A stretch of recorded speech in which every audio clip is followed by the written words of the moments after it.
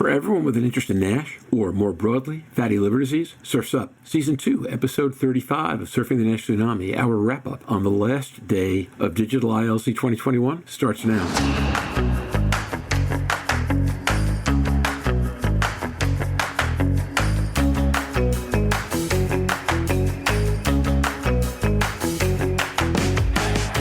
This week, close to 10,000 stakeholders from across the global hepatology community are convening virtually for the Digital International Liver Congress 2021, a 4-day meeting with well over 100 sessions on a broad range of liver-related topics. Join hepatology researchers and key opinion leaders, Dr. Michael Charlton, Professor Vlad Ratziu, and Dr. Mazen Noureddin, patient advocate, and Global Liver Institute President and CEO Donna Cryer, and pricing and forecasting guru Roger Green as they discuss some of Saturday's key presentations and messages today on the Surfing the NASH Tsunami podcast.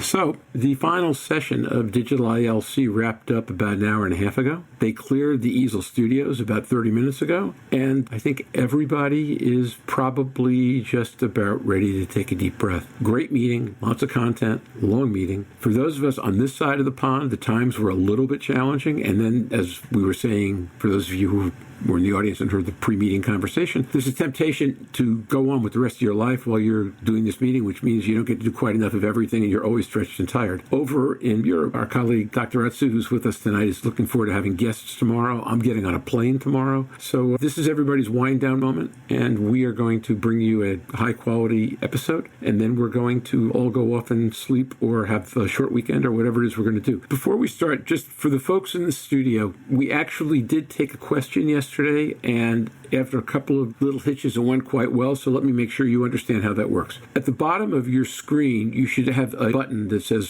Start a Live Call. When you press on that button, the software will ask you what microphone you want to use and what speaker you want to use, and once you've answered those questions and maybe pressed another button, I don't remember, it asks you to enter your question, and then after you enter your question, instead of sending it into chat, you need the button about the live call again. When you do that, it will pop up on my screen. The question will pop up, your name will pop up, and a green check and red X will pop up, and I will either let you know that we're going to be having a question coming shortly, or I'll send you a note in chat saying we're not going to be covering that right now. But it worked out quite well yesterday, and no reason it shouldn't work out again today, should any of you have anything you want to ask about. Okay, with that, let's get going. Our distinguished panel for today includes Vlad Ratziu, except he's not here right now. He took a call a moment ago and left. I'm sure he'll be back in just a moment. But where you see a blank white wall with brick to the left, that's Vlad. To Vlad's left is Mazen Noureddin. Good morning, Mazen. Good morning. For those of you who wonder why we've been sending out this note mentioning Pacific time, it's because of Mazen today and Naeem Al-Khoury on Thursday and some of their colleagues in the West. Mazen and I were in a session at 4 o'clock this morning East Coast time, which means 1 o'clock Pacific time, and he's been up ever since, which is why he's entitled to wear the black cap and the T-shirt and suck down large amounts of Starbucks while we're in this meeting. I went to bed in between.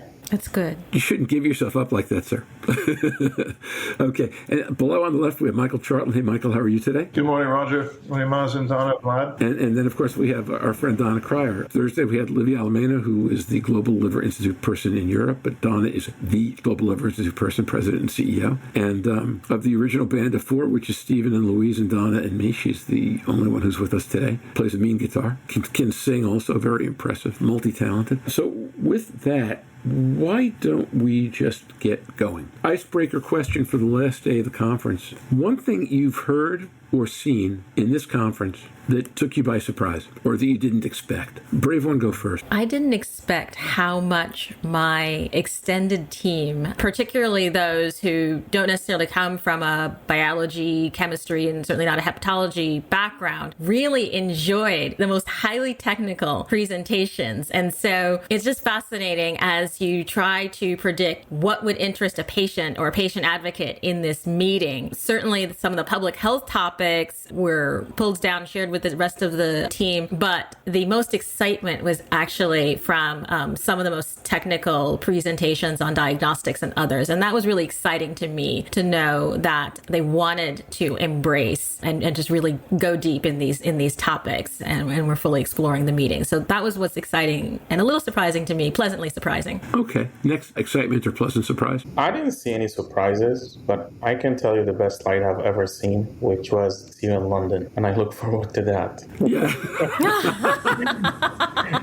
And I cannot wait to travel to Europe, which I'm going to do in August. But I look forward to seeing everyone in Anaheim. But also, my wife is European, so she loves EASL and she follows EASL, not the ASLD, because she wants to go to Europe. So I'll see you in London. No, I agree with Mazen. There weren't any major surprises during this meeting. There wasn't that amazing moment. I remember when Ed Gain presented the sofosbuvir data with genotype 2 and 3, and it was the first time we ever saw cures of Hep C with an oral regimen. So there's no moment like that. There was some interesting data, but no enormous surprises for me. And also happy to see the schedule for London. I completely agree with Mazen on that. It is remarkable the way EASL governing board tried to make the best out of a bad situation. And I really think they tried very hard to make this as pleasant as it can be virtually. Now, having said that, and despite a lot of goodwill on their side, a lot of goodwill also, people participating, asking questions in the box and all that. It's not easy when you have seen the thrill of the real meetings, when you have to walk up to the microphone and really engage in a discussion, controversy with people and so on. It's hard to type a question in a chat box, but people tried to make that work, so it's absolutely remarkable. Having said that, it's true that a lot of the things that were presented were kind of underwhelming. And I think that is also because some people are not excited about sending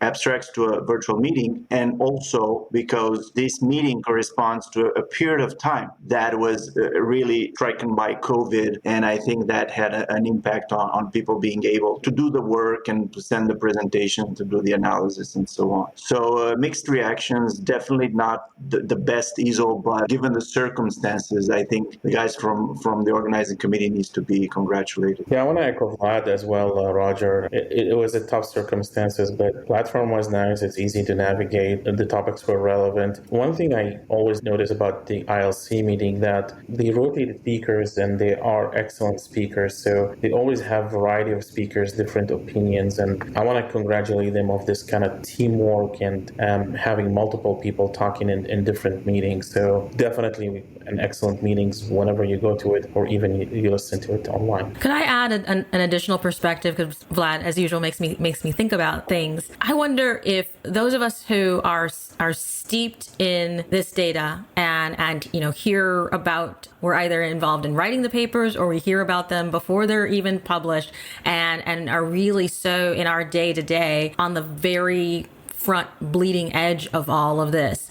For everybody else, I think this is a great body of information. And as we think about making sure that not just the sort of top tier academic hepatologists, but those in widespread clinical practice, in every type of environment, or endocrinologists and cardiologists and primary care and nurses and everybody is brought up to the same place and oriented to the same information as everybody else. I wonder if we would view the information a little more generously for what it brings to everybody else who, this isn't sort of ho-hum because we're in it so deeply. I often feel that way in terms of health disparities or health inequities conference, because I've been working in that for a quarter century now. And so people who are new to it are really excited about it. And it makes me look at things that perhaps I was sort of too casually taking for granted. And so I think as we broaden the field through that lens, this meeting did a really great job of bringing everybody to where folks like Michael and Vlad and Mazen, that you all are, because you are defining the field every day. Donna, I think that's a really interesting point. Between when the session ended and this podcast started, I had to run out and buy pet food because I'm traveling to Texas tomorrow and I have to make sure my cats don't starve while we're gone. But what I thought about it, what happened to the pet stores, I can't get the pet food we usually use because somewhere in the distribution chain it slowed up in the pandemic and the distribution chain hasn't caught up yet. And when Vlad made the comment about where we are in the process of research recovering from the I think part of what's going on is we all believed, although we all thought it was silly to intellectually believe this, but kind of emotionally believed that as the vaccine showed up, the world would come back to quote unquote normal. If there's ever going to be a normal, it's going to take quite a while to get there because all through the distribution chains of information, of funding, of literal product delivery, if you're talking about pet food, all those chains were the technical term is fouled up. Okay, in some way, shape, or form. And we're going to be living with the consequences of that for a while, whether it's digital meetings, whether it's research that didn't happen on the schedule you would have anticipated, so the momentum feels like it's slower, or frankly, whether it's getting the cat food I want for Gizmo and Mac and Tessa and Mila, and who will be amazingly proud that they've now been named in a public medium. Listen, man, I'm going to London. I'm partying with Vlad and Michael and Donna, so don't ruin it for me. Don't be pessimistic. We are going back to party. We are going. Actually, GLI has scheduled its first in-person event for October 6th. I have signed the contracts. We are opening up. If I have to get, 5 vaccines between now and then to make my immune system do something, I'm going to do it. But yeah, we're going to. I'll be there in London. We did not get the invitation yet, Donna. I haven't. We're literally putting it out this weekend. You are hearing this first. Okay, so everybody's had their surprise already, which is Donna's inviting us all in October. And in November, Steven's already announced that we should throw a party for all the surfers at Anaheim. Everyone has been part of this podcast. So we have events to look forward to, folks. By the way, I don't want to ruin it for everyone. Anaheim is not a party city. So yeah, we know that. I mean it. If anyone has a question about where to go, email me or text me. Actually, we should have an episode that I'll tell you like the landmarks and where to go. You need Uber or a car, or you make friends with me because I'm going to drive and, keep my car there. So we can do an episode about Anaheim because it's not much fun city, but you can go to really cool places. You just need an Uber or a car. Or a surfer van, right? Large surfer van. So the other thing that surprised me, that didn't surprise me, but it delighted me, and I've been really boring about this, was the fact that they put the Ani Kardashian paper on food security in the general session on Thursday, and then put the paper on alcohol in Latin America in the general session on Friday. I liked tremendously because it really broadened the focus. Food security to me is one of those blinding moments of the obvious. People probably haven't thought about it enough, but once you hear it, you're never going to not think about it again. And the idea about what mattered with alcohol, that in fact, the simple fact that you ask people to look at it will in fact improve a whole bunch of public health parameters, I thought was an important thing to notice. Well, we've been using the unofficial tagline, liver health is public health, for quite a while in our advocacy at GLI. And I think a lot of the construction of the meeting really took that message forward, whether it's food insecurity or alcohol or just all the ways a different environment impacts liver health, whatever sort of flavor or type of liver health you're talking about, certainly in NAFLD and NASH. But really, as we think about the field as a whole and the organ as a whole and its interrelatedness to whole person health and WHO's non-communicable disease goals and sustainable growth goals. And I think that's a really important shift and movement for the field that will benefit everything that everyone does in liver. Yeah, I think that's right. And I think to me, that was probably the biggest emergent thought from the meeting. I'm not sure I would call it a surprise per se, because you're right. Liver health is public health because of how so many of the issues play out. But the level of attention that it got was, I thought, a really good thing. Just to say, some of you certainly Michael remembers the 1998 Lancet paper that Oliver James and Chris Day wrote after the first ASLD single topic meeting on NASH. And that was one of the first papers on NASH in the Lancet, and they called NASH a disease of affluence, a disease of rich people, of rich societies at least. And now it looks like it's getting really very common in areas that are not quite, in developing countries or sometimes associated with undernourishment or overall poverty. And I remember, there's also a very nice study from Scotland published a few years ago in the Journal of Hepatology showing that there's an inverse relationship with the socioeconomic status, with people in the lowest quintile of the lowest economic status having most NASH, and those in the highest quintile having less NASH. So clearly changing towards not so much a disease caused by too much eating, but unhealthy eating. Indeed, because, the fast food and access to unhealthier food is a big problem. Well, Roger, you asked for it. I think the highlight for the meeting, Michael Charlton running away because of a tornado warning. So I worry about Michael now, and maybe we should text him in an hour or so, see where is he at. Yeah, leave no KOL behind. Michael was going to talk about the icosapentate paper, which is, I think, an important paper in the meeting. And actually, was about the poster, the late-breaking poster on that. So why don't one of you, whoever wants to go first, go first? I'm going to ask if any of you feel comfortable, have seen the poster or part of the icosapentate work and would like to talk about that at all. In addition to whatever else we're doing, that would be great. But in the meantime, whoever wants to jump in and talk about their paper of origin or content, go ahead and do that. I have two. Is that what you had in mind? Yeah, do two. That's fine. Yes. I focused a couple of NIT's abstracts that were presented overnight here and in the morning in Europe. The first presentation was on the Agiles 3+ by Arun Sanyal. The first author was Zuberi Nassi, and Arun was the last author, and multiple others. As all of us know, one of the questions that we had all along with transient elastography, when we get this value of 10 or 14, we always have the questions like, is this 14 cirrhosis for sure, or 10 or 11, is this F3 for sure? So the concept of these Agile 3+ and Agile 4 is to improve the rule-in kind of ability of these tests. And the Agile 4 was presented before. It's still not published, so we're waiting to see the final publication. But Professor Sanyal presented the Agile 3 for the rule-in. And also, the concept was to add the stiffness to clinical parameters to improve the rule-in as well as PPV and the indeterminate zone area. So the requirement to be included in that study was to have a fibrous scan and biopsy within 6 months of each other. And the labs had to be within 1 month of the biopsy, and they had actually a very impressive cohort size. So the first cohort was a pooled analysis of 7 cohorts. They had 2,100 almost patients that they split it into training about 1,400 patients and another validation cohort.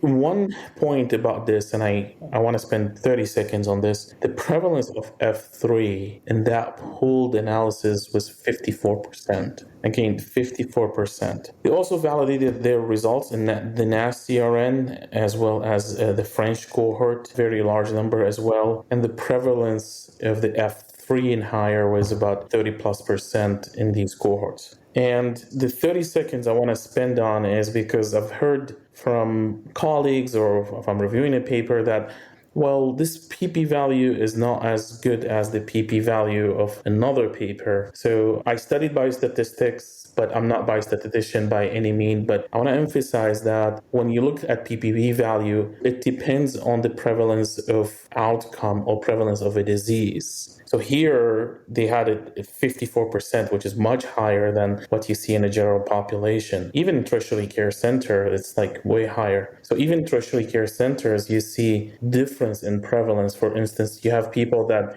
they will biopsy when you have FibroScan of 12, so they enter them in clinical trials, or you have people they biopsy of KPA of 7. So whenever people say the PP value is low or high, they need to look at the prevalence of the disease. Just a point to make, and Professor Sanyal made that point very well as the FibroScan people in different presentation, that you should not use this yet in the general population because it needs to be validated. The characteristics of this cohort, they had about 50% type 2 diabetes patients, higher what did you see in the general population, comparable to clinical trials, so it's enriched for high-risk population. So the results, the area under the curve of the Agile 3+ to distinguish F3 was 0.90. Again, it was 0.90 for the Agile 3. For the liver stiffness alone was 0.86. So the 0.9 was higher than the 0.86. It was statistically significant and definitely higher than the FIB4, which was 0.82. But it was not just the area under the curve.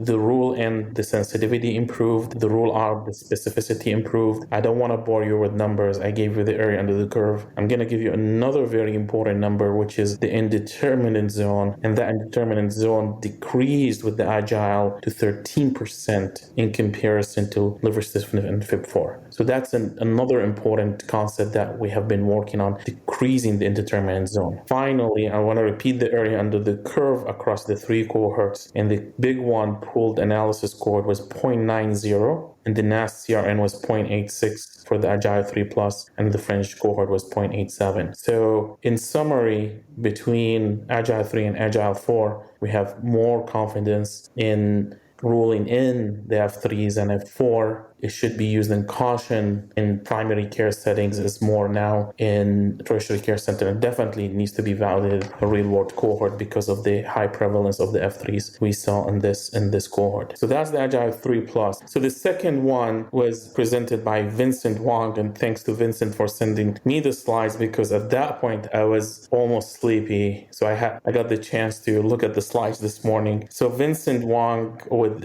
Phil Newsom and others looked at the fast score ability to predict histological changes, and they did that in the semaglutide trial that was published in the New England Journal a few months ago. So I don't want to talk about the trial, but quickly, as you remember, there was 72 weeks trial biopsy proven NASH patients, 0.1, 0.2, 0.4 milligram and placebo, and it achieved significant NASH resolution, did not achieve fibrosis improvement statistically. So what they did is they took the people that they had a FibroScan data, and that was subset analysis. The initial trial had 320 patients. This one had 161. Still considering a considerable number. The placebo had about 40 patients. The type 2 diabetics were about 56%. BMI was on the higher side, 35 on average. And the results are as following. What they saw is there was dose-dependent response in the FAST score starting at week 82 all the way to week 72. Again, dose-dependent response on each doses. Of course, the 0.4 milligram showed the highest response starting at week 28 to week 72. Indeed, they saw the response in all components of the FAST score, AST, the CAP, and the stiffness. If you really looked at it, the FAST actually reduced by 50% in the 0.4 milligram at week 72. What they did next, they said, okay,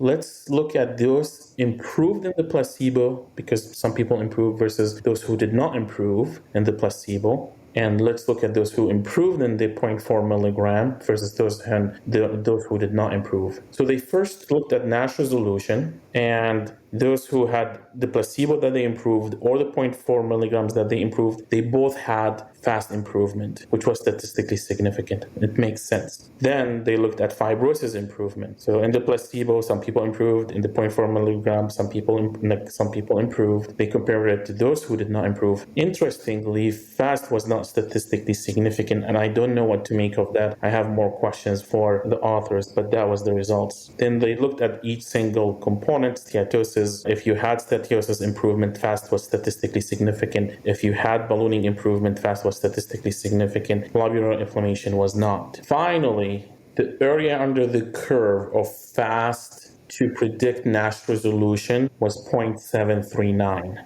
And it was even better for 2-point NASH improvement was 0.8 something. For fibrosis improvement, it was not that great. And I wonder it's because of the lack of fibrosis data improvement. So anyways, they also looked at other NITs and with fast improvement, FIB4, CK18, and ALT, and I believe also APRI improved. So in summary here, they looked at the fast correlation with histological improvement. It seems that it did predicted, especially the NASH resolution. It was dose dependent, showing the promising role of this score because it staged the disease at entry. Now they're showing the longitudinal changes. Of course, the missing piece and in the future that the regulator asked for if the FAST score can predict outcomes. But that's a nice transition and nice progression of the story of this biomarker that these guys are showing, and I thought that was a great work.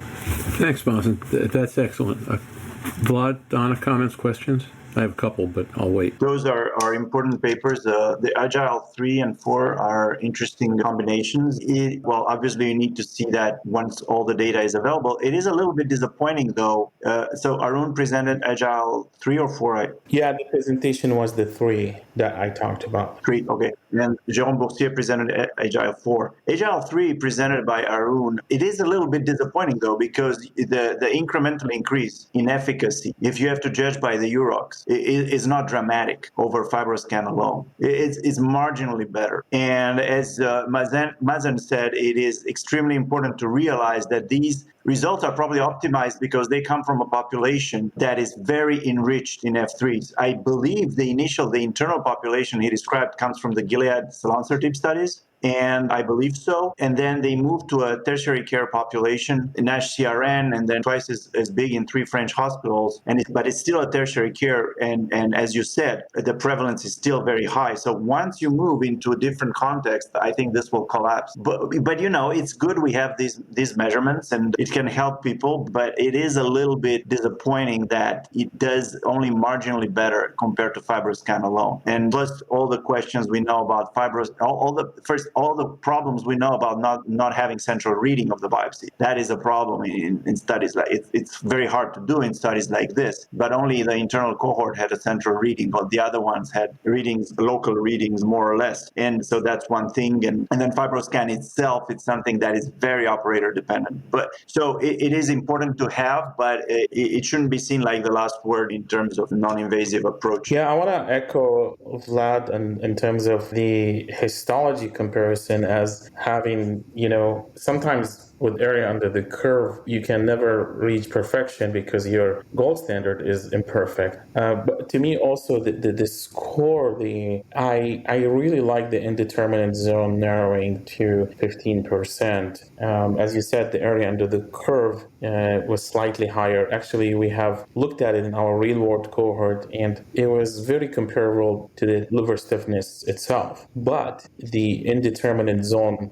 held the same in our cohort, and it was very narrow. So I see it's used mostly here. I see it's superior to the LSM alone here. But Vlad, your points are very well taken. So, and Mazen, I agree with yours also, that when I've been looking at this stuff, I look as much at indeterminate zone as anything else, because the easiest way to get really strong predictive values is to increase your indeterminate zone. If you only have 5% at each end and 90% is the indeterminate zone, you can probably do a pretty good job on the 5% out at the extreme. So the question becomes, to make it valuable, you really need to move in towards the middle, make the zone more determinate, and at the same time maintain or improve what you're rocked. And that's a hard thing to do, right? Not just because histology is a shaky vehicle against which to operate, but also because you've got patients who spontaneously improve, right? Yeah. So you have spontaneously improving patients. You've got a measurement tool that's dicey at best. I'm not going to bore this audience for the third day in a row with my Premarin metaphor. Donna's heard it. But basically, the punchline is, if you want to make a generic version of a drug and the drug has inconsistent enough bioavailability, it's impossible to do because you cannot hit an inconsistent target. That's an issue with histology also.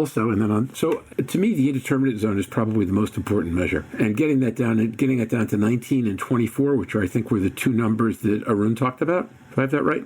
Yeah, I thought that was actually a huge step in the right direction. Which made me think, actually, it's talking about drugs, made me think about the FAST score. Why I know they developed it, made me think is like that was not further improved because the indeterminate zone with the FAST score is still 30%. I mean, it's a little bit different concept because if we're looking at the NASH component, all that, but it's still, I would like to pin down my F2 better and not have indeterminate zone of 30% or so. And this is where I started my drug therapy. So there's still a room for another score, I guess. But that crossed my mind when I saw these. Pick a score. Pick a score, people.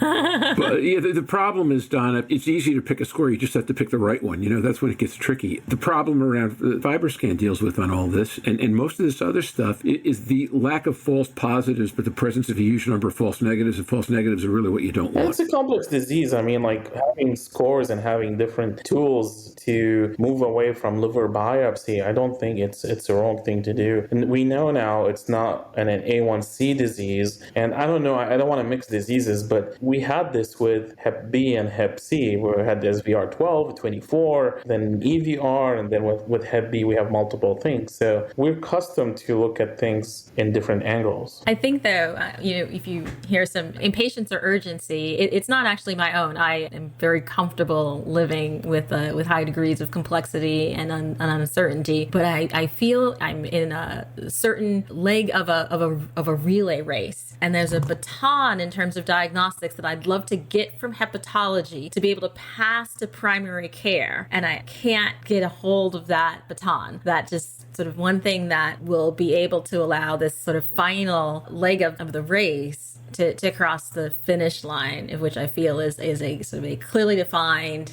ideally single or defined combination as we go into the presentation I'm going to make, to be able to really scale all these different parts of it, additional identification and progression and treatment response. But I hear it's the runner here from primary care who's just really asking for that baton that I get anxious for sometimes. But to give me the baton if I'm primary care, and I've spent a bunch of years researching primary care on these kinds of issues before I decided I didn't want to do research for a living and marketing research for a living anymore. False negatives are the big issue there. And if that isn't, then indeterminate zones are, because what I really want to know if I'm primary care is that if the test says you have the problem, you have the problem. If the test says you don't have the problem, you don't have the problem. So, and if anything, I'm probably more scared of the false negatives because that gets me lawsuits, frankly. A false positive tends not to get me a lawsuit. A false negative might get me a lawsuit. And this is a disease that these folks haven't touched, which is, we all point out, is why folks find out for the first time that they have a fatty liver when they learn they've got cirrhosis in the office of a hepatologist. So we're going to have to either make primary care more comfortable with uncertainty, which I think is unlikely because they don't have the time to think about how to process it, or we're going to have to improve our ability to get positives right. Now, that's going to be tricky anyway.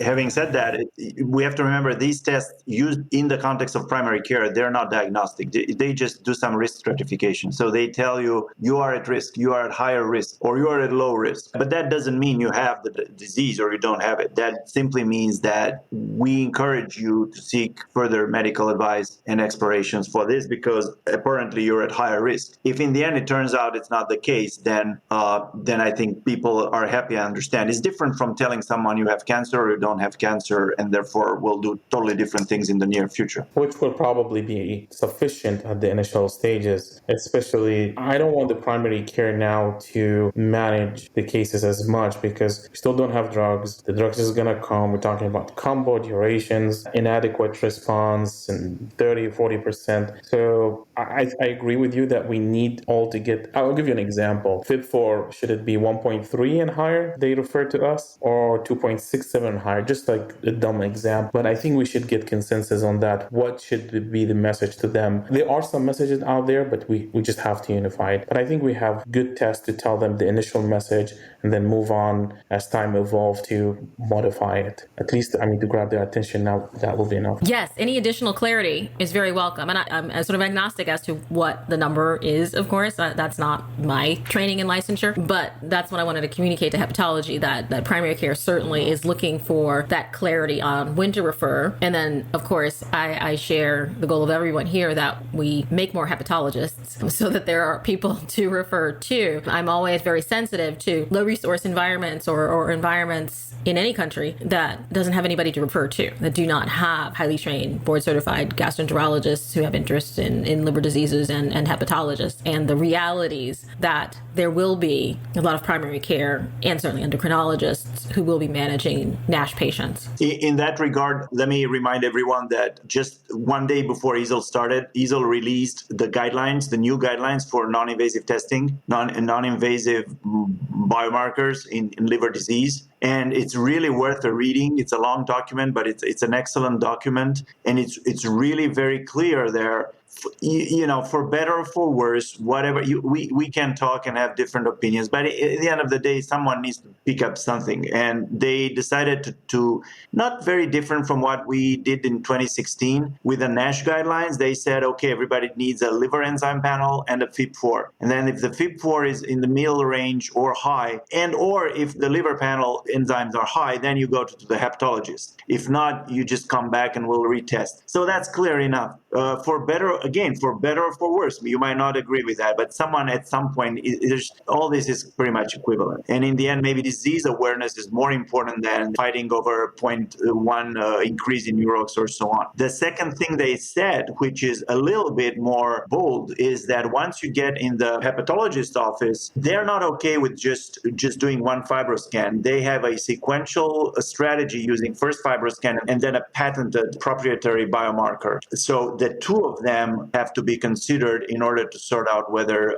you decide whether you do a liver biopsy or so on. So it's a complicated process, especially once you get in the hepatologist office. But it is really worth reading, thinking about it, considering. So that's one thing. The second thing I would like to comment, so based on Mazen, here we go. So hi, Mike. I hope that the room seems okay. So, but very brief comment regarding the FAST score. It is an interesting analysis. I mean, this is such a large database. Everybody's tempted to do analysis right and left. The FAST score was designed so that to identify people with active NASH and advanced fibrosis, significant fibrosis. So the two components of the disease are in principle reflected in the FAST score. Interestingly here, they tried to see whether treatment changes the FAST score. That's not what the FAST score is for. The FAST score is just to identify people in need for pharmacotherapy or in need for more advanced testing to confirm advanced disease. That's what it's for. It doesn't necessarily have to be a marker of treatment response.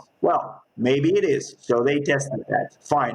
However, let me just finish that. So, but it is interesting though, and we don't have all the data, but it's interesting that it did correlate with resolution of steatohepatitis, but not with fibrosis, which is kind of strange because fibrosis is half of the definition of the FAST score. That's what I wanted to say. And the final word, because I know Roger likes us to be a little bit critical of the data. The second thing that's important is that it's not enough to show that responders had more of a decrease than non-responders, and that's significant. That's not validation. That's just the first step, but it's totally insufficient. What you need to show is that the difference between responders and non-responders above a certain threshold has sufficient sensitivity and specificity to identify responders. And that doesn't seem to be the case with the FAST score, with the delta in the FAST score, because the Euros were mediocre, 0.74. No, I'm saying because the elements in the FAST score are in theory treatment dynamic, it was a fair question that it may be something that moves with successful therapy. Well, you see, the things that go into FAST score, the FibroScan, AST. I mean, AST not as dynamic as ALT, but that should move with effective therapy, and so should the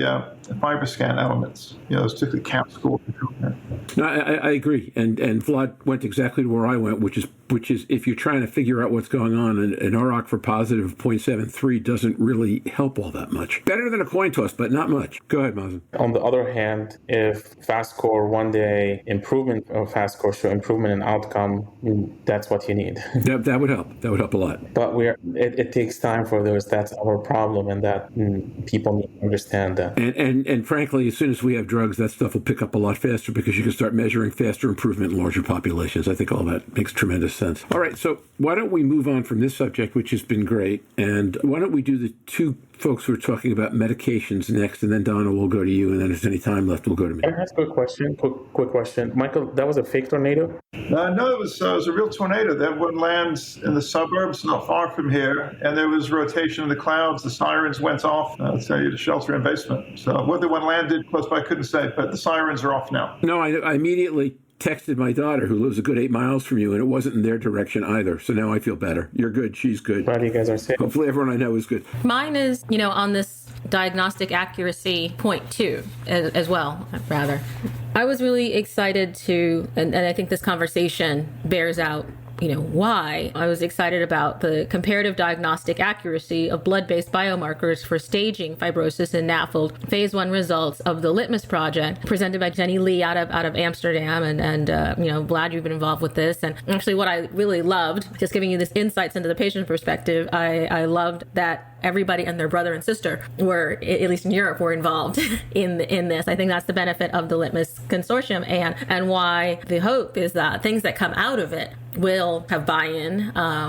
First of all, clearly by this group, with so many people being involved, they'll be well done. They'll be thought through. But there'll be buy-in and checks and balances in the process. So by the time there are results, there are things that we as advocates and others can carry through, can carry out into the world. And so, as we were talking a little bit earlier about making sure that these tests, that we were clear on the purpose for which they should be used. And so the aim for this is the accurate staging of fibrosis in NAFLD, both for noting it for its importance for clinical care delivery as well as trial recruitment. And the particular focus of this was on the comparative diagnostics. I believe I'd gone on record some time ago pointing out that compared to biopsy, I could take all of the non-invasive tests in the same amount of time and probably for less money, and we could use those results in various combinations and then figure out which results would be best. And so in that very sort of layperson perspective and understanding of this, thankfully it was put into a very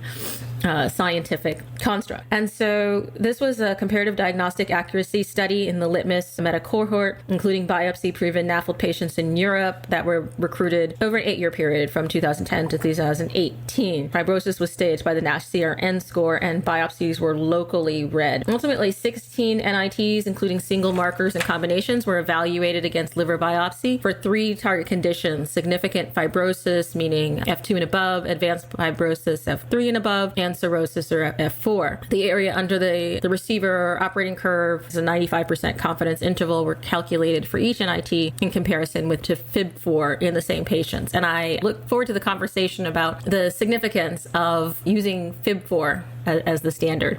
It seems to me that identifying the reference, whether it's biopsy or any one particular test, has a lot of influence on how well and how we may interpret the results. They had data from 686 participants in 9 centers, mean age 50, 50% male, 36% type 2 diabetes, mean BMI 35, and the majority of them, in terms of that fibrosis score, well, not the majority, but the largest proportion, 44%, were F2 and above. And then there was 26% in F3 and just 7% in F2. So Mazen, to your point about the context and the prevalence in any given study being influencing the context in which this is read is important. One thing that I would also note, just as somebody who has been, tracking this for a while, I was excited that there were some, tests and combinations that I feel don't get as much conversation and visibility that they highlighted here, whether it's SomaScan, ADAPT, MAC3, ELF, and ProC3 were what they really detailed in the table. Their results were that the combination panels, ELF, MAC3, FIB3,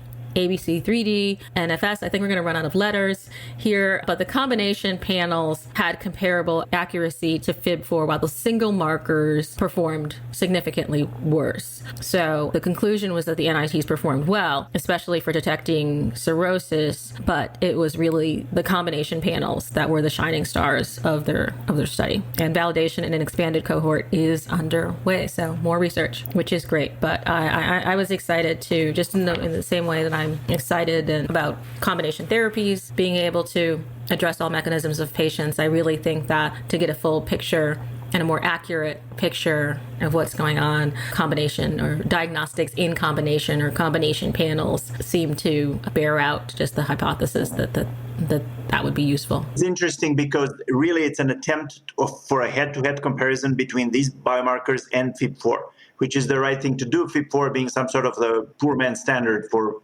biomarkers for fibrosis. Now, some of these comparisons are done on, frankly, much smaller cohort than others. For instance, SomaLogic, I just look at the slide, 240 instead of 600 and so. So you got to still be careful in interpreting the results. Overall, very disappointing because most of the markers we have talked about for all these years perform really poorly and not better than FIB4, but even FIB4 performs really poorly for most target conditions. The 2 surprises come from thrombospondin 2 and the SomaLogic panel, with a caveat that the SomaLogic panel was measured in a smaller, but it's still more than 200 patients. So really, nothing really stands out. FIB4 is a mediocre marker, but better than all the other combinations, fanciful, more costly or not, with the exception of thrombospondin and SomaLogic. So it's a little little disappointing because we see the limits of this marker. Vlad, thank you for answering the question that I had about whether FIB4 was referencing them against FIB4 had made this have any validity.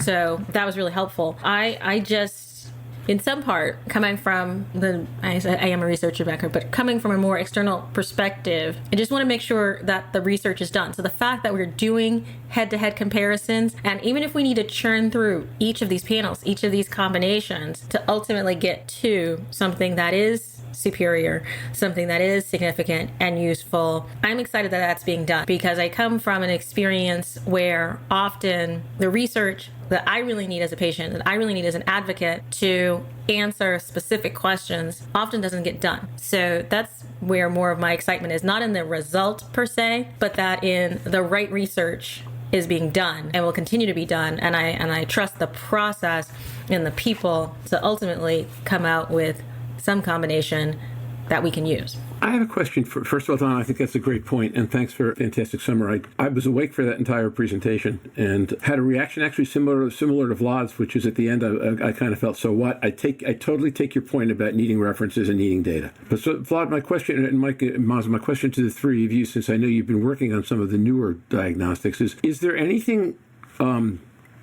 earlier in the process that we have reason to believe will do better? I haven't seen anything compelling, and I agree with Vlad. I don't think these data were particularly impressive. I'm not that excited by them. Happy to have them done, but the results are disappointing. Part of the issue that these are hard, to correlate with something that's intrinsically variable, not just within parts of the liver, but between individuals reading it and between the same individual reading it twice. It's very hard to get a tight correlation with that. Yeah, this is part of when I talk about Premarin, and that's what I'm talking about. Vlad, please go ahead.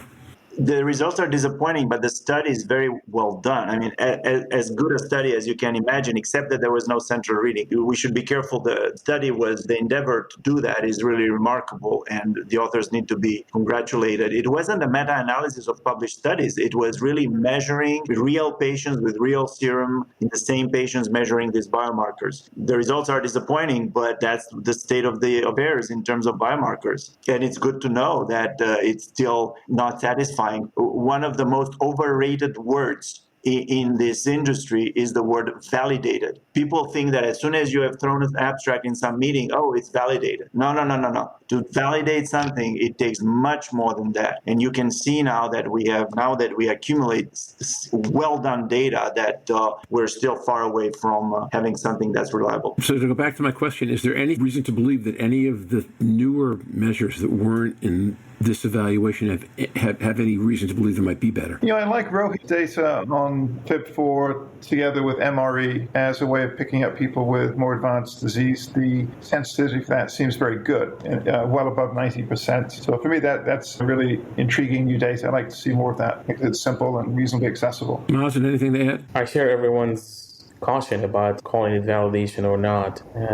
I'm just thinking about also the central reading, the imperfect gold standard, and I do wonder how they will perform in terms of, I'm looking for answering the question is, which NIT's improvement will correlate with improvement in outcome? And I don't know what's the fastest way to get there. Because one thing we know for sure is eventually in clinical practice, we will not use serial biopsy. So I guess we need to think how we can have the highest validation, highest confidence in our NITs and how to get there fast for the sake of our patients. So it's funny, I'm going to go back to Thursday because one of the most discouraging things I found in this meeting, and maybe this is just because I don't know how to think about it, was the PathAI results where they had much greater consistency, but that doesn't mean it was necessarily right more often. It was just more consistent. If that's the case, my hope has always been that once we got AI into the mix, we would get a consistent definition of correct, and that would make it easy to start correlating nits out to it. But if what we're getting consistently isn't necessarily all that much more likely to be right, that's a step in the right direction, but I'm not sure it's the full step. I've wanted to throw that question out. This seems like a good minute to do that. Am I reading this right, or am I missing the point? Or consistent of incorrect. You're standardizing the reading across histology, yet you have to keep in mind there's more than PathAI. There are other platforms that read histology using machine learning, so they need to be compared against each other also the initial way that the annotations were made. Is it a single pathologist or panel of pathologists? So those are, to go to Vlad's point, validation is a very thoughtful methodological way to do, and we have to do it in a careful, caution way, not to make mistakes along the way. Briefly, a few words on this. I don't know much about this, but this is what I think right now based on this. Actually, these two abstracts on AI were probably the most intriguing and interesting from the whole meeting, except for Michael Charlton's presentation of a new drug. But, there are two things with AI. First of all, you're still enslaved to sampling variability. You like it or not, it's still a biopsy. It might be AI, it might be machine learning, but it's based on a biopsy. So right there, you still have this problem with sampling variability. Now, what you can do from there is two things. The first thing is automated reading, meaning you eliminate the reading by a person with all the problems that can arise, fatigue and all that. So it's automated. It's a machine that reads. It should be more reliable. And I think that's the way to go because we're getting tired of all these studies showing that all the inconsistencies between the pathologists. It's just not possible to continue that, honestly. So I love the pathologist. I think AI will never replace a pathologist in clinical practice, but when you do a trial, man, you can't bet tens of millions of dollars and then just have everything collapse because the way one pathologist reads and then another pathologist give you a different result. So automated reading, just machine reading, should be good. So PathAI showed an abstract trying to see whether the machine reading does as well as a group of expert pathologists. We have to go through data. I didn't have time to analyze this in depth. It looks like yes, but at the same time, they've shown data that it wasn't so different from an expert pathologist. So anyway, let's assume it is a good thing. So that is good. Now, but the problem with this approach, except for aside from sampling variability, is also the fact that it all depends what information you feed the machine, how much information you feed the machine. So if you feed enormous amount of information, but only very typical lesions, then the machine will recognize typical lesions, for instance, ballooning. So you'll have the same uncertainty for cells that you don't really know whether they're ballooned or not. So just to say that AI is good, it depends on the quality of the training, and the quality of the training depends not only on the volume, but also on a human assessment of what a typical lesion is or not. So see, you're going back to the initial problem, which is the pathologists don't agree on some of these lesions. That's point number one. Point number two is the thing that HistoIndex presented, which is, I think you can call it AI, I don't know. It's very different. This is not machine automated reading. It's just a different way to look into the liver tissue through all these dual mass photon spectroscopy. So, and that looks at things that are totally different from what the pathologist is trying to see on a liver biopsy. And that is very interesting, but also very experimental. For the moment, we don't know the clinical relevance, but it might uncover some changes in the hepatic tissue that predict histological changes that you can see with a bare eye. However, though, if you don't see a real change in fibrosis,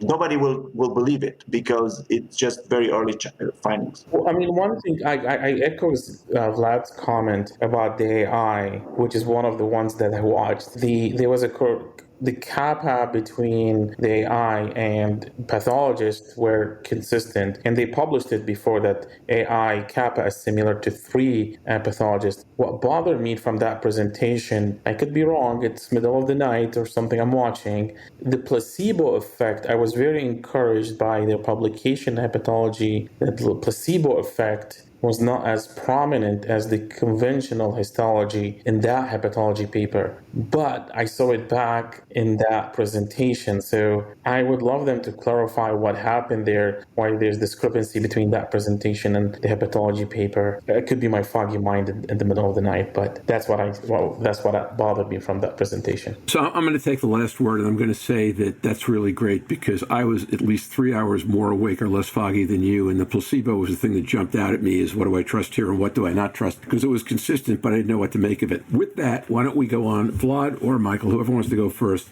two I think really in different ways, exciting presentations, very differently exciting, but exciting late breakers in this meeting. Whoever wants to go first, go ahead. I could start, if Vlad doesn't mind. Start with the ICONUS study, which is icosabutate. And this is an interesting molecule. Essentially, it's a modified icosapentoic acid. What they do to modify it is that they minimize esterification. This means that it's much more available intracellularly. So the net effect of that is you have doses that are reduced compared to fish oil. This is really a fancy fish oil. But if you were to use fish oil as your EPA source, you would need 2 to 4 grams per day to get the effects that you look for at a metabolic level. With icosabutate, you're only needing 300 to 600 milligrams. So it's a 75 to 90% reduction in dose. So these higher intracellular levels seem to be important. The study was an interim analysis. I think it was 16 weeks analysis out of a planned, how long was it here?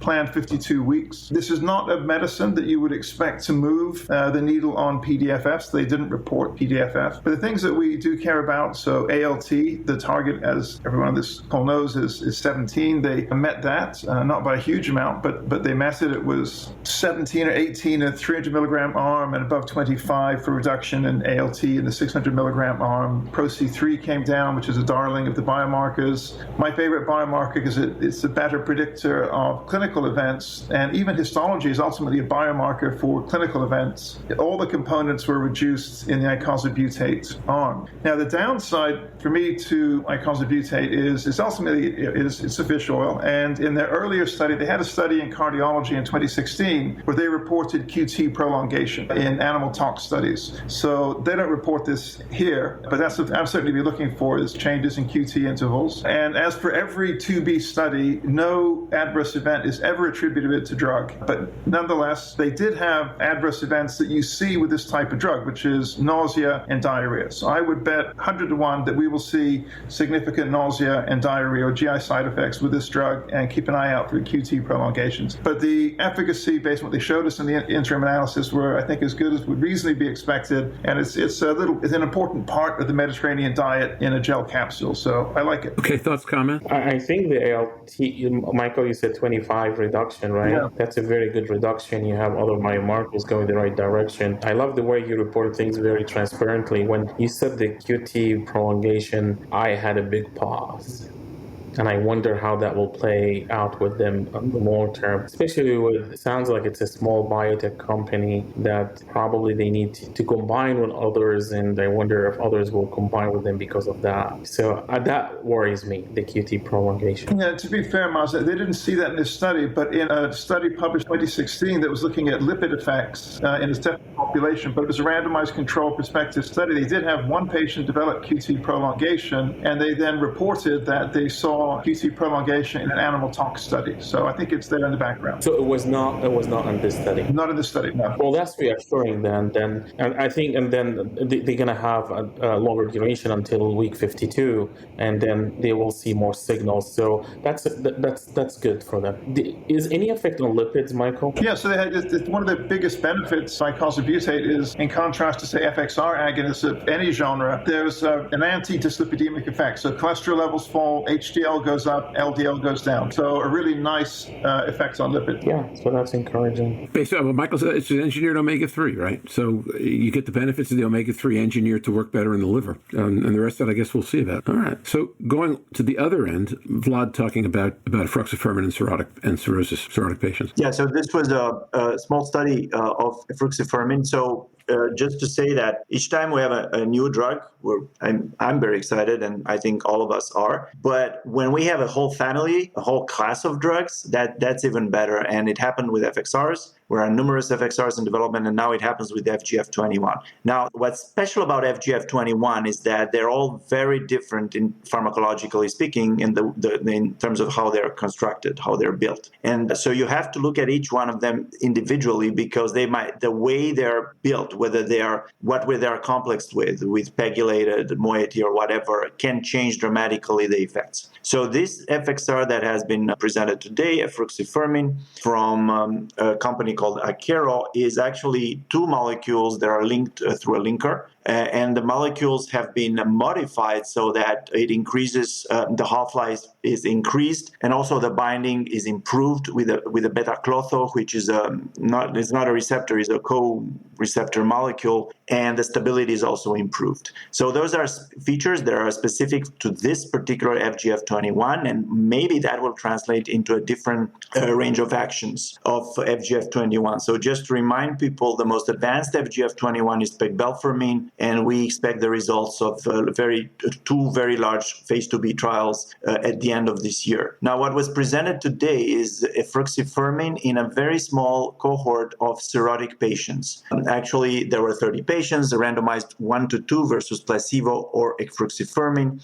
and I think the overall intent was to understand mostly the safety, tolerability, and also the effect on biomarkers in a very difficult to treat population, which is cirrhotic patients. So they had NASH cirrhosis. We have no further details about how advanced they were. They're all child puke A, but we don't know all the other details about portal hypertension and so on. They were randomized. They received once weekly this injection of efruxifermin. It was just one dose, and then compared to placebo. And what is interesting is that it was only done over 4 months. That's a very short study. Surprisingly, investigators and patients apparently wanted an end of treatment biopsy after only 16 weeks, which is great because that gives you the opportunity to look into very early changes in histology. So the study, what they've shown is it confirms a strong anti-steatosis effect, but actually now that I see the slides again, there is no PDFF data presented, but that's one thing. There is a reduction in ALT and there is an improvement in lipid panel. So it does the minimum amount of things an FGF21 should do. However, what it does on top of that is that it reduces some of the markers of fibrosis, FibroScan, PRO-C3, and the ELF score. So those reductions, even though we're talking very small number of patients, were all going in the right direction, and some of them were significantly higher than placebo, again, in small number of patients. The ALT reduction wasn't quite impressive, but again, that's a different population. Cirrhotic patients, it might not work the same as a florid NASH in non-cirrhotic people. So small reduction in ALT, only 10 international units, still more than the placebo arm. Now, the very spectacular finding is the liver biopsy after only 4 months of treatment in a cirrhotic population. So as you can expect, not everybody agreed to have a biopsy, so you end up with groups like 12 and 5 people. So again, some sort of homeopathic dose of interesting histological findings. Quite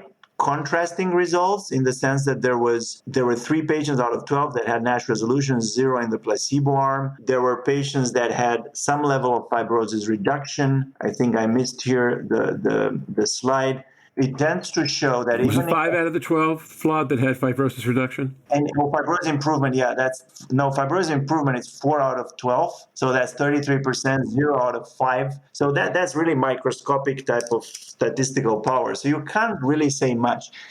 What I want to say in conclusion, very interesting because every FGF21 is different. So we're willing to believe that this one might have special effects and willing to be convinced in a larger study. The other thing that I would like to mention is that it's difficult to have an opinion of what happens to histology after only 16 weeks, particularly in a cirrhotic population, honestly. So we don't know what that means. As a word of caution is the fact that it seems impressive, 33% reduction of 1 stage in fibrosis. But remember, there are other studies that have shown that this is pretty much what sampling variability tells you when you try to make the distinction between F3 and F4, meaning if you think a patient has cirrhosis, you do the biopsy, probably you get between 20 and 30% of patients in which cirrhosis is not confirmed by the histology. So just that variability in the liver biopsy might explain the reduction here. Of course, it didn't happen in the placebo arm, but placebo arm was only 5 patients. So interesting concept. Maybe it can work at the cirrhotic stage. it kind of pushes the envelope very far in trying to convince people that 16 weeks would be sufficient to see some change in a cirrhotic patient. But the story clearly needs to be followed up, and it is interesting. Yeah, thank you. So listening to you, Vlad, and this makes a lot of sense to me, sometimes statistics lie. And one of the ways that they can lie is that if there's an underlying variability that you can't detect, that's why you need larger samples. So if 0 out of 5 versus 4 out of 12 were significant, that would be huge. But given your point about the variability between reading an F3 and an F4 being maybe 20 or 30%, even if that were statistically significant, you would need to get a larger sample so that you're confident that each group was reliable within itself. That said, I thought this was really an exciting result because it kind of almost in the dare to dream category. It's something you really would love to see happen that maybe is possible. But I take your point that 17 patients here, which doesn't mean a lot in most cases, might mean even a bit less here. And when I say statistics can lie, that's all I was saying. I'll finish saying just this. We got to be very careful because aldafermin has shown even better results in even more patients in the short term. And look what happened to aldafermin when the results of a longer study were used to decide the strategy of the company. Yeah, I agree with that. The funny thing is, though, if aldafermin if they show these results in active 4, I think they'll keep going in cirrhosis. The aldafermin showed histological improvement in 12 weeks was open label, so it didn't have placebo. So something to keep in mind. Saying that, I think, Vlad, you summarized it very nicely. Your word about being very careful is the right thing to do. I don't want it. It's okay for me not to be in 16 weeks. It's 52 weeks in cirrhotics is fine, even longer. So just show me that in a larger cohort, whatever is the duration. I guess the conclusion is I look forward for this to happen again in a larger cohort. So can I ask you guys a question since I don't do trial design? And we're going to skip my presentation entirely today because we're through time. So I want to ask this question and then go to the wrap up. I understand the theoretical commercial benefit in showing fast improvement. But after something like aldafermin and the comments that you folks have just made, is that the wisest way to develop, to show 12 and 16-week numbers? Or would you almost rather hold for longer numbers, longer studies? I would change a lot of things about trial design, Roger. So use a sports analogy. If you have a good team, say the New England Patriots, somebody will go recruit their coach, their quarterback, running back. They'll take a successful team and they'll try and recreate that. In NASH trial designs, what we have is they take the Cleveland Browns or the Cincinnati Bengals, something that is lost, sometimes by a large margin. And they say, let's do that again because somebody just did that. So we have one poor trial design being replicated again and again and again. So I don't know when this ends, but people rush with 12, 16-week studies. They don't have lead-in phases. There are so many aspects of this that I think are disheartening. And now we see what looks like a really good potential therapeutic agent like aldafermin perhaps being lost to us for F2 and 3s over poor study design. And semaglutide, the same kind of thing, where we have a high placebo response rate that could have been mitigated or predicted. So I hope at some point people don't rush, they slow down and design studies well. Roger, I just wanted to make a point here because I think it's a great question, and I wondered where the incentives do come from. Since you have payers and HTAs looking at this as, making the assumption that any NASH treatment is going to be a lifetime therapy, right or wrong. That's the assumptions that most of them are currently working under. And you have regulators asking for outcomes and also looking for as many patients as possible and looking at very, very long-term timeframes. And so where do they feel the pressure? Where do industry sponsors feel this pressure for a 12-week, or 16-week turnaround or definitive signal? It's not coming from the patients. It's not coming from the payers. It's not coming from the regulators. Maybe coming from the investors and their wallets. But I don't really think it serves anyone long term. Donna, I think I can answer that, and I can talk about who it serves. Okay, and I was about to make the comment I'm about to make before you asked the question, but when Michael mentioned semaglutide, I had to go back and think for a second. But SEMA isn't a problem of a short trial; it's a different design issue. Basically, if you think about what's befallen the small developmental companies in this space over the last 5 years, right? Failure after failure after failure, lower levels of investment, the bleed rates on cash during trials don't change. challenge. Therefore, the pressure on me to show something that's going to enable me to raise my next tranche of money faster is very, very high. It's why SEMA went 72 weeks. It's why my favorite 2B design that I've seen so far, which is MK3665, is what happens when Merck takes a drug over from NGM and does the kinds of things that big pharma do when they think their way through it, and you wind up with a Q4W dose in a 52-week trial with lots of patients in it. You can do 72 weeks and lots of patients and get it wrong, as you pointed out about semaglutide and the placebo rate. But your odds are better, when you do that, and Merck is pretty good at that kind of thing. So I do believe that a lot of the pressure comes from where do I get my next tranche of money from, and the investors tend to think fast is better, even if it blows up. Because the other thing about private investors is they accept high failure rates, right? So you don't believe that more than 2 out of 5 are going to hit anyway. So if you push somebody into a fast mistake, boy, I didn't quote unquote waste my money, and I'm going to blow a whole bunch anyway, even if in fact I'm increasing the failure rate by the mistakes that I'm making and what I'm pushing the trial design to be. And in that regard, Mike, I think you made the comment maybe about Northsea, about small company and needing a lot of money to do what they've got to do to develop. Those are where the challenges come from. I had people ask me, how do I raise my next $110 million? And I've just started laughing based on what they had. I think that's really where the pressure is. Yeah, it's a misplaced incentive. It's a misplaced pressure. And so I wonder if it is education of the investment community or if it is better matching, pairing, and partnership so that small innovative companies have access to the long-term thinking and capital investment that they would need to better fit this condition.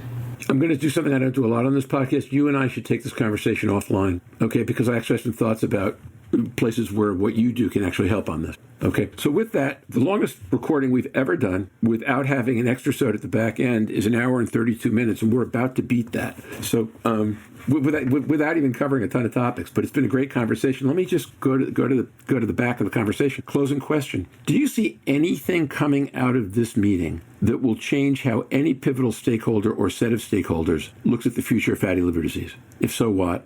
If no, why not? I hope policymakers look at NASH differently, continuing on the narrative that we are building an international NASH Day, that this is a public health issue that they need to be engaged in from the WHO, on down. I think it's a meeting that consolidates a lot of results and opens some new perspectives, and it really increases our knowledge, particularly about biomarkers, opens some new avenues for artificial intelligence. So I think it's all going in the right direction, considering the circumstances. Yeah, I was interested that we're getting interim analyses with ALTs as oral presentations with clinical trials. So what you tend to do is you get updates on studies, and then you get post-hoc analyses. So one of the things that I lament a bit is the waiting for the near completion or completion of a study. These serial updates, I think, are frustrating because you really don't get a full answer. So you end up with meetings where you have as many questions, sometimes more questions than answers at the end of it. And this is true for, say, the lipocene study, the ICONA study, and others where it's either pre-hoc or post-hoc. I think we're walking slowly but surely. We continue to show the effect of NITs and their correlation with histology outcomes, some disappointing data, some encouraging data, so we have to continue with that. AI, there are good drugs out there that they have shown their additional effects, cardiovascular and all that, such as Sema, Lani, and others.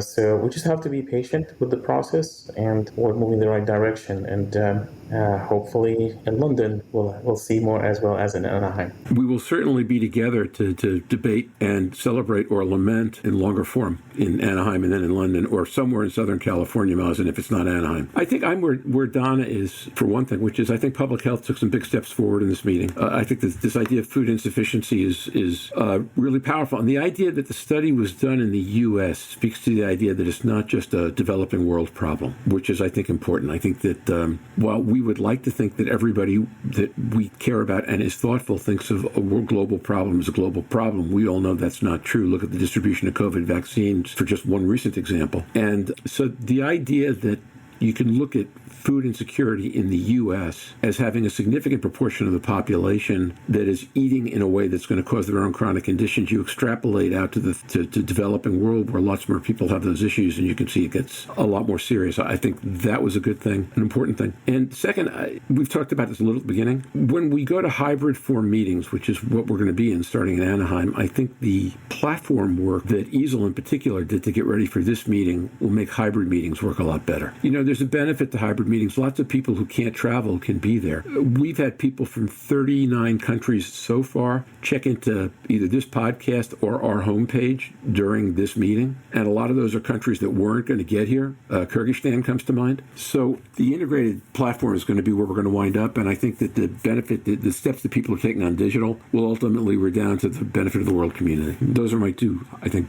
positive notes on which to leave. I'd also like to think that we're starting to understand the limits of 16-week studies, as we just talked about, but we'll see about that one. So with that, thanks to all four of you. Michael, thanks for coming back after you got out of the tornado shelter. And this has been a great conversation, and thanks. And that ends our day-to-day coverage of ILC 2021. I want to thank all our panelists who've been with us the last 3 days. I really would like to thank EASL for inviting us to be media partners and for the help they've given us throughout this event, specifically Michael Kessler, and then Ben Hainsworth and Estelle Jobson for saying yes, and Phil Newsom for putting this idea forward in the first place. I want to thank Mike Wilson, who has had 3 days in a row to work with some really challenging recording and time schedules and has done brilliantly. Eric Rounds and Polly Lee, who've backed us all up in the background. I want to thank everybody who came in the audience all 3 days, and particularly Mike Biddle, who made helpful comments on 2 of those 3 days, as it made this podcast a lot better when it gets out the door. And I want to thank you, all our listeners who make this worthwhile. We will be back Monday night with Quentin Anstey, who hasn't been with us for quite a while, and Ian Rowe, Stephen, Louise, me. And I believe we'll be making the live audience a permanent feature, so we'll be putting out notes about that on Monday as well. It's Saturday, wherever you are. You got some of your weekend left. Enjoy it. Stay safe. Surf on. See you on the podcast. Bye-bye now, and bye-bye for ILC 2021. Want to join our live audience on Monday? Have questions for the surfers? Go to the surfingnash.com homepage, click on the appropriate button, and fill out the form on the new page. To attend live, provide an email address where we can send your ticket. It's really easy to do.